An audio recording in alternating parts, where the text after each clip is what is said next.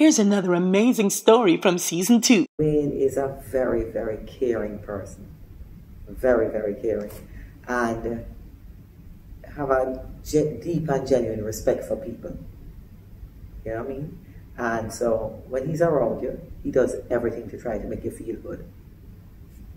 And that's a very attractive quality in a man. Well, I always knew she was very bright. And I like to speak to ladies who are, bright and have their own opinion, and so we can have good discussions about things. And she was beautiful from she was a young person. And I realized that she was the right person for me to get married to. This is Forever I Do.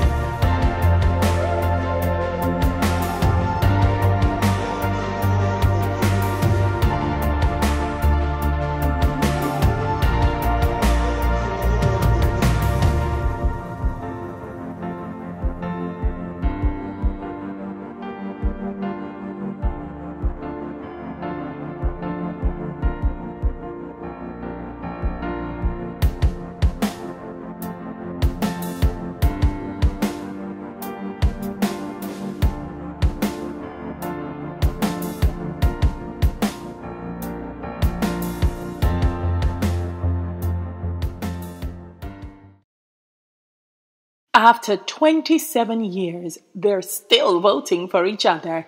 Here's Wayne and Patricia in live and living color.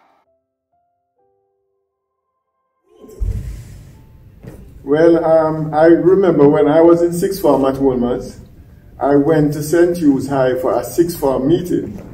And there was a fifth former at St. Hugh's High in the sixth form association meeting. And that fifth former was Patricia. And that is when I met her first. You would have to ask her why she was in a sixth form association meeting. As a fifth former. Things that they should do. Yeah. My friend that was in sixth form. So we went to meet it. Well, from there, we both went to Euro at the same time. She went into N1 and I was in N2. And that's where I really met up with her again. And then we were friends. We used to eat lunch in a group or sometimes stop at her house after school because she lived in Ligani. But she had her people and I had my people. So we were not dating at all at that time. So that was many years later, maybe about 1990 or 91, which is a good 4 more years after we graduated. At the time she had gotten married, and I had gone away to school and returned, and then I met up back with her at that time, and then we started to work together at the same place. And you tell this story like we just buck up at the same place. He sought me out and hired me. His father says because he didn't love me off at the time. Yes, but I was looking for a chemistry. He was actually looking for a chemistry graduate. And I'm a chemistry graduate, and he knew me. Yes. Actually, he interviewed 2 of us that were friends. I believe he interviewed Betty too. Yes. Yes, because we were a group of friends. We knew each other from university. Right? But he said he had me had a girlfriend, and I had a boyfriend. Yes. That's what he means. Because we were in the same group of friends, and we all knew each other, and we used to hang out. Yeah. And then, as I said, when he employed me as his operations manager at Butterkiss, and shortly after that, sparks flew, and we started dating.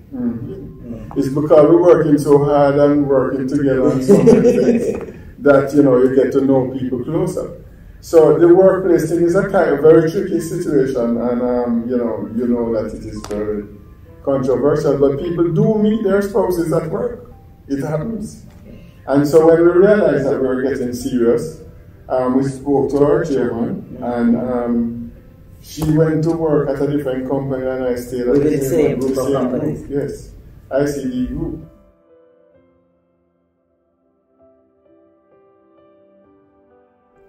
Well, it was a kind of low-key date, really. The first time we went out, we went to Peppers and we had a drink, and I think it was fairly low-key. Well, let me tell you what I remember about that date. Yes. He said, like, let's go have a drink, because we are working together now. So, like, you know, it's a little. So I said, all right, no problem, because he's my boss. So we're not dating yet. It's the first time now. And then I noticed him take a rum and coke. And like, you know, I don't drink liquor. So he said, we're nervous. What's wrong? You might fire me. Understand? And then I realized, no, it wasn't fire, that I was being fired. I was being courted. You understand? That's what I remember about that date.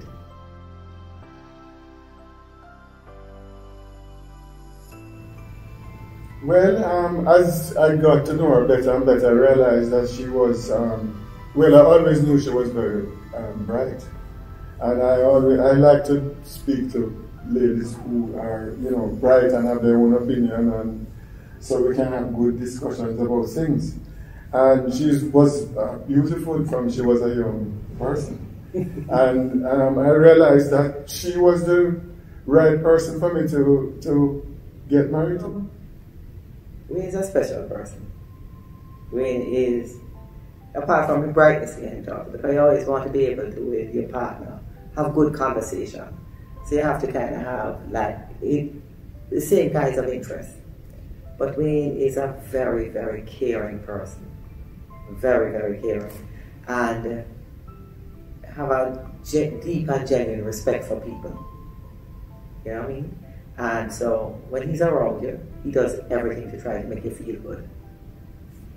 And that's a very attractive quality in a man.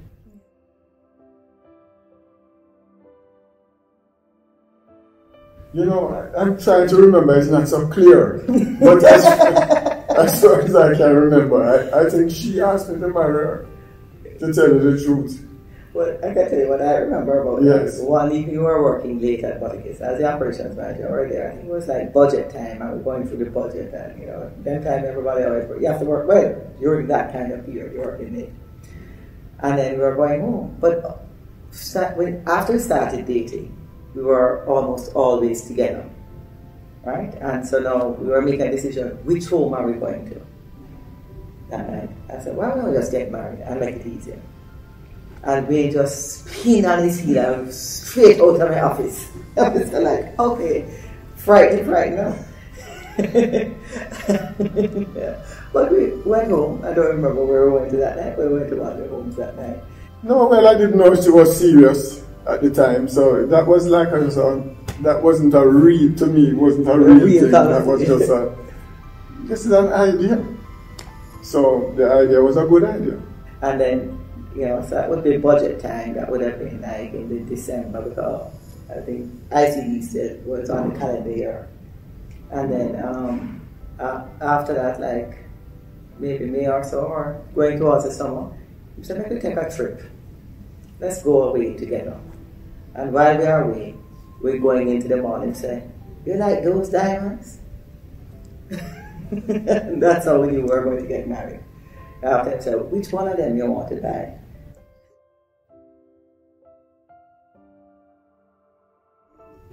First of all, I never have any preconceived ideas about what a wedding should be. You know, like what china we should have and what color scheme it should be and all of those things. But she had all of those things, so I just go along with what she said she wanted to have. We had enough money, the two of us, between ourselves to put on our own wedding. I think we had about 275 people or something. Just about. Yeah. Mostly family and a few friends. We have a lot of family that we remain close to. And we did it at University Chapel. Mm-hmm. And then we had the reception at my aunt's house in Ravinia. And Ernie Smith played music for us. Mm-hmm. Yes. What about the planning yourself? No, I don't know much about the planning. So I'm a project planner. So I was the project plan for the wedding, and engaged to engage. Donna did her part. Julie, his sister, did her part. Everybody a little team. And we just had a wedding. It was my second wedding, you know. You have to remember that. First wedding was like whirlwind, though. I was pregnant with Sean, and so the second wedding, no, I planned it. It was, but it wasn't so complicated. It's like you plan a party. But you just have to have a ceremony before. I remember the gold outfits that we had there. It was a gold and white. Gold and white, yes. And I remember it was really something to be standing at the front, and she, you know, appeared at the church door walking down the aisle. And of course, you know, they hide the dress and all of those things from you, so you get to see it for the first time there. So that was really like, it looks like I'm really getting married. How can I be so lucky to find a great person like Trisha? Well, I think our marriage generally has been fun and good. I mean, there are times when one of us is working extremely hard, mostly me, because I tend to be a workaholic, you know. So I have to be reminded to find balance in life. But I think we had a good, great first 2 years, you know. The only thing that happened in the first 2 weeks or so was when, after we moved in, my grandmother came to visit. Yes, and she was staying with us, Nana, I remember. And Nana was in the kitchen, and we were packing out the kitchen and doing some things and setting up. And Wayne come in and said, I think this should go over there. My grandmother, in all of her wonderful splendor, turned and said, what are you doing in here? You have no reason to be in here. You are a man. She ran out of the kitchen. We was very upset. So I had to have a little talk with my grandmother about how life has changed in his life. That's not the kind of thing that happened.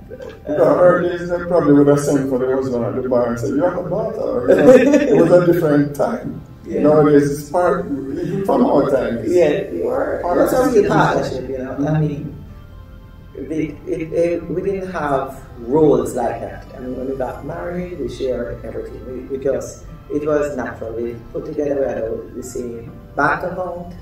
We said we were going to keep house money, Trisha's money, Wayne money, and we have, so you know out of your money you are spending for whatever you want, you spend out, and then we have our own money. But that failed completely. We end up just having one set of money. Well, fortunately, none of us is prone to doing extravagant things that would get us into trouble with our partners. Mm-hmm. So we have been able to manage with the money just in one account. Everything mixed up. That's the truth. Everything fully mixed up. But we didn't, as I said, we didn't plan to do it like that, you know. We had planned to have house money, my money, Trisha money. Because we got that advice. Right. And it's a reasonable advice and it worked for some people. Yes.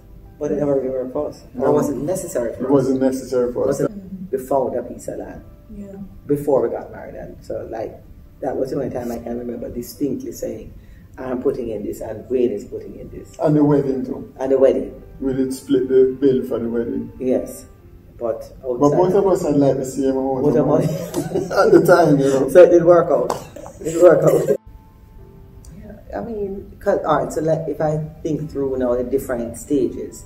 So first we are both working, right? And after we got married, I went to work I was still at ICP. And one day I decided that it was not for me. I resigned, and then after a few months I went to work at GMMB. So we're both working, and so that's typical. Get married, you're having children, typical. Then I resigned. I was working, and Wayne was working. Yes, so I was for some years, consultant and doing my. I guess and then Wayne stopped working at one stage, and then I was working, and we just working through. We just determined it's one money. So whoever is working or whoever is earning at that point, or the main earner, then we just work it through with what we have, because we give each other the space, I guess, to do what we need to do. I think that, to me, marriage has to be a partnership. And what's the point of being married if you're not going to support each other? So Patricia wanted to go into politics. Clearly, I shouldn't say clearly, but I wasn't that thrilled about that idea, because I thought it was going to put a lot of pressure on her time and stress on the family. In fact, she had wanted to go into politics earlier, and we had actually agreed that we would wait until our children reach, the end of high school. And that's what ended up happening. So when she went into it now, if I want to maintain a relationship with my wife who is going to be busy with politics and up and down the place, then I have to participate, or else she's going to have her interests and I'm going to have my interests. And since it's such a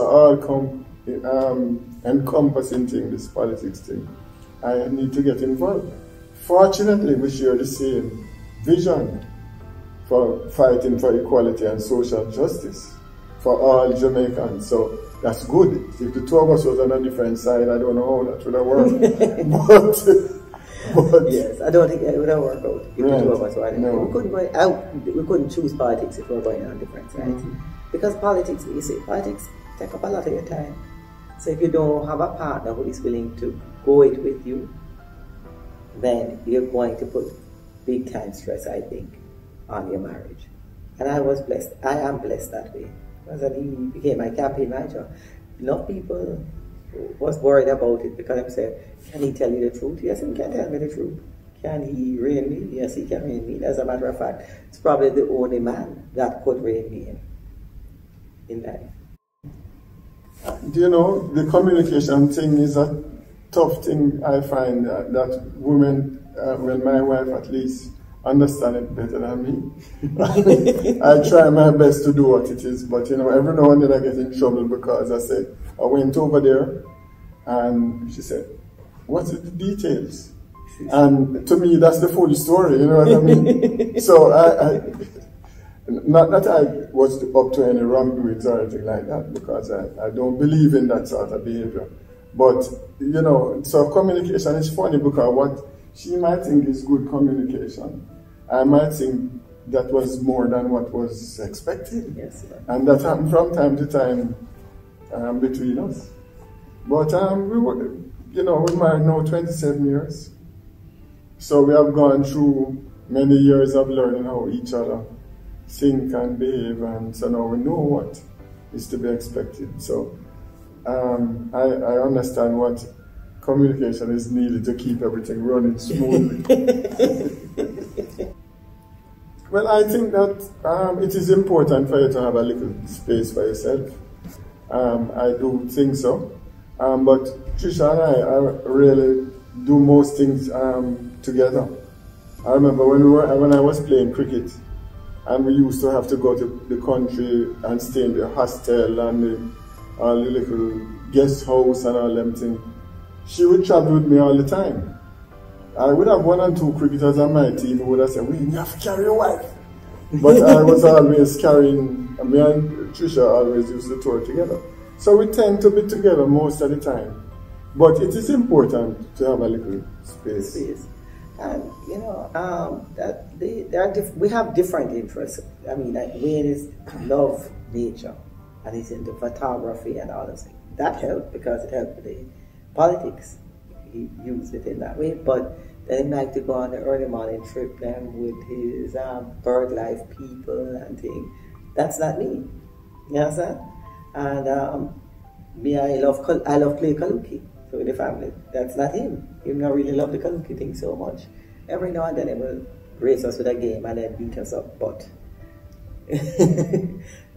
so there is a way that it happens naturally. But as he says, I find that if I'm going I don't have a friend. I'm not a friend person. My friend is Wayne. So if I'm thinking about going somewhere, I'm thinking about where I'm going with Wayne. That's really what my life has been over the last 30 years, almost 30 years. When we got married with a child, because Sean was there, 7 years old. And I have to say that Wayne has been like an excellent example of what a stepfather should be, or could be, a step-parent could be. You know what I mean? It was very natural with him, with Sean, and also giving the space, because I remember when we were getting married, my ex-husband was like, you know, you're replacing Sean's father, you're replacing me as Sean's father. I said, no, there's space for everybody. You know what I mean? Sean just kept doing that, you know.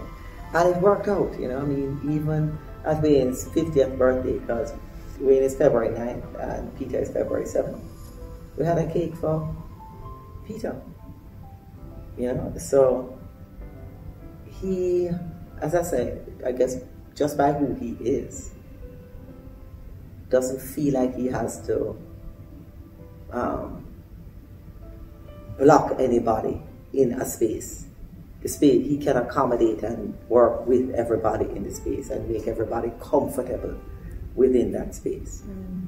And so as the children came along, I think the biggest thing that shifted in our lives at that time was that Wayne chose to stop playing cricket because he wanted to spend more time at home with his children. Yes, when the second child out of the marriage was born, and now we will have the two little ones plus Sean, I thought it would be, you know, better if I was not playing cricket every weekend, Saturday, Sunday, not every, but more than half the year you would have cricket. And I decided to stop playing so I could be more flexible and at home more. So that's the main thing that the children did, and of course, now everything you do, you have to include children. But that was a fun experience to have little children traveling everywhere you go. Sean used to come with me to cricket every week. He would come wherever I'm going and play with other children or stay in the stands, talk to the cricketers. So I had him tour with me from we married, from before we married. Yeah, everywhere I was going, he was going. You know, I'm a scientist really, right? So I really thought about most of these things before I married. So I really can't tell you that I've discovered anything anything that I wasn't aware of before that I can say now. I don't know that there was a hell of a lot of discovery like that. I guess the relationship has been so open. There's an acceptance that we are growing together. There's an acceptance that things will change. So the essence of who you are, you might discover you're doing something different. If I were going to say something at you, I don't know if it's a discovery, but something that was surprising. When Wayne went out one day and buy a bike, a dirt bike. That was the most surprising thing when he was in his 40s. I was 40. You were 40? Yes. Okay. I was getting old. I see Wayne up here with a dirt bike. I was like, okay. Man, you never ride a bike in my life before that. So I want to ride a bike before I die, and I'm not going to go borrow somebody's bike, so let me go get one. Yes. That is one thing about him. He don't want to borrow people things. He always have to have his own things. So in the family, he is known as the guy. Anything you need, check Wayne. Wayne have it. And you know, I had the bike for about 5 years or so. I rode it a few times. It was never a regular thing. The first time I remember I went on a big ride, I went up to Halliwell, through a river course with some rocks, loose rock stone and thing. When I reached up there, I didn't know how I survived. I didn't know how. And then after that, I skied and fall off of the bike, and I had to go check my friend Michelle Mooson, yeah, and her husband was passed away now. And they looked at my injury. And, you know, so I've dropped off the bike a few times. Wayne is actually very adventurous. One of the things that we actually enjoy doing a lot together is traveling. He will go out and he will try new things. We will do stuff. Mm-hmm. I mean, he's not conservative by any means in that kind of way.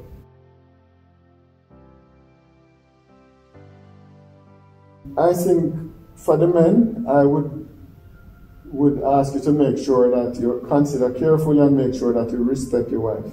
Make sure that you have the ability to in your actions, to do things that keep the respect in place, because there are some activities that men engage in sometimes that really are not activities that engender respect or show respect for their wife. And if that's don't participate in any activities that could undermine the marriage, you have to think about it. If you really respect your wife, there are some things that you shouldn't do, because if you respect and love your wife, then things that are not contributing to this are things that you shouldn't participate in. And I find that a lot of people have trouble with that concept. And we have to remember respect is the key. Remember that to be gentle with each other, and that you are there for each other once you have chosen, and to give the space for each person to grow and do what they want to do. And it don't mean if something changed today that, or if it's not perfect today, it's the end of the world. Really, it's not an easy road, really. You have to be careful how you set things and how you put things. And sometimes some battles you just not going to fight, but you have to look out for the interests of your partner. So it must be your job to make sure that she don't get into some problems that you could help her avoid. It's important, very important. But I would never tell anybody that communication is always great in a marriage. You know, if I were going to talk to a young person who's going to get married tonight, you know, at different times, one partner or the other has to be the one to push for the communication to continue. Because for different reasons, people will either close up or not feel free enough, and you have to push for it to be. The biggest thing for me in the marriage to cause a communication is to be committed to the marriage and committed to the person. Right? Because you have to get up every morning and choose to be in the marriage. You have to get up every morning and choose to love the person. Because sometimes as you are growing, as things are changing in life, you're going to see some things that you don't like. Or you don't like it today because you are changing today. Or because you get this right now, menopause take you. You know what I mean? But you have to choose powerfully every day to want and to remember what you're looking for and why you choose this marriage. Thank you so much, Wayne and Patricia. Here's to many more years of happiness and wedded bliss. On the next episode of Forever I Do, we didn't know, so I called her, say hi. This little Swiss knife I had as well, helpful because I used to help her with some of her assignments. That's some things that you have to cut her. The geography. So. Geography, right. Okay. So I helped her a few assignments. We're just friends and, you know, went on. And I remember when I said to her, hey, you know, let's be more than those casual friends. She did look at me and say, no, but I'm not here no mind. Because, you know, I had to show her that eventually she saw a good thing. So there wasn't any interest initially. We were just friends. Very, very good friends. And also another friend of ours, Jackie, was there. So you could always find the three of us going to New Block, him coming over, and it was just really good friends. Yeah. And I think part of it is my sisters, they know me and know that when I get into something, I am not getting into anything frivolously. I am serious about anything. So once I take someone home, they knew that this wasn't a fly-by-night. I had never taken anyone home before. So they took it real serious, and he was good with them. In fact, he won them over. Thanks for tuning in. See you next week. Makeup services provided by Nardine Beauty. Coordination and planning, Shakima Hines of Island Brides, Jamaica.